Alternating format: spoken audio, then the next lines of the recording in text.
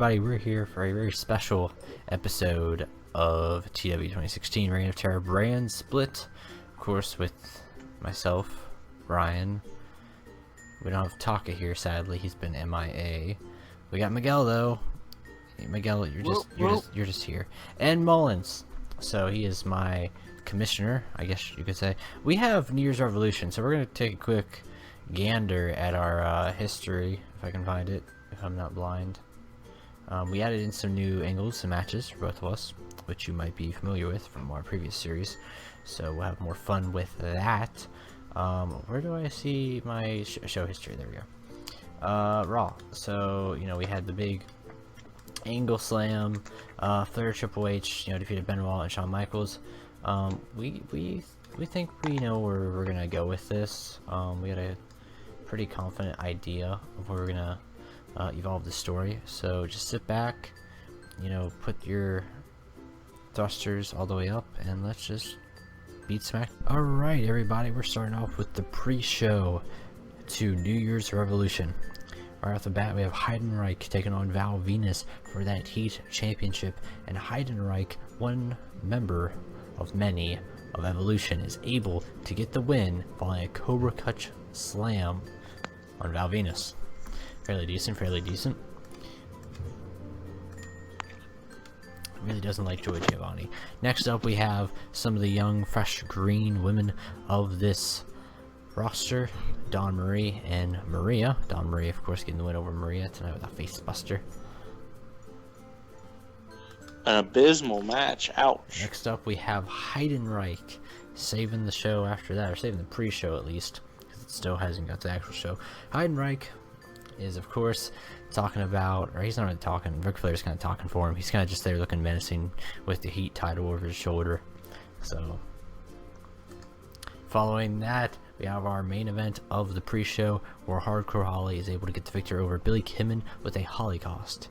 That's not PG. Alright, starting off the show, Eric Bischoff announces that lately you've been hearing about a beast coming to Monday nights, and that beast is none other than the man who is a conqueror in Japan, a conqueror in America, a conqueror in Canada, conqueror of worlds, the beast that is Brock Lesnar.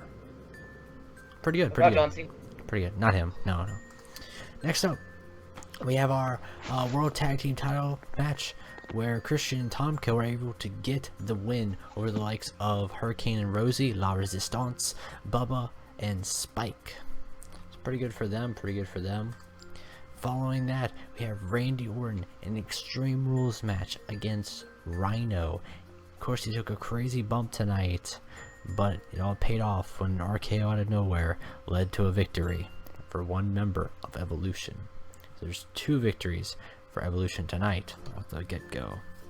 Next up, Muhammad Hassan is out there. He's doing his creepy thing, you know, his thing, and Eugene just goes out there and gets in his face and is like, "My name's Eugene," and all that.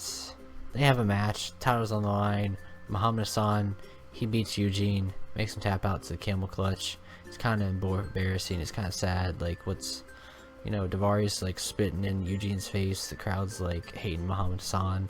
Where's this gonna go? How are we gonna stop the man that is Muhammad Hassan? We don't know.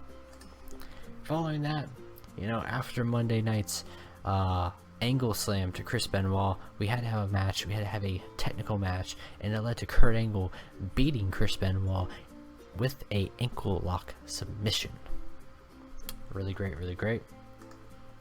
Next up, Booker T and Teddy Long, they talking backstage. Holla, holla, holla for that world title, Dalla Dalla. Next up, Lita. She's talking about how she is the embodiment of women's wrestling on Monday nights. You don't have no women's title on Friday nights, so she has to carry the division all by herself. Next up, that leads to her taking on Molly Holly and beating her with a twist of fate to win the women's title, of course. Following that is our big Elimination Chamber match, where the likes of Triple H, Ric Flair, Shawn Michaels, Booker T, the Beast that is Brock Lesnar, and the Demon Kane go at it for the World Heavyweight title, and it ends with Kane getting eliminated first, then Booker T, then the Beast that is Brock Lesnar, Ric Flair, and Triple H ends it off with a sledgehammer to his best or former best friend's skull. And once Shawn Michaels took the beating from the sledgehammer and Triple H celebrated with the World Heavyweight title, there's only one thing left to happen.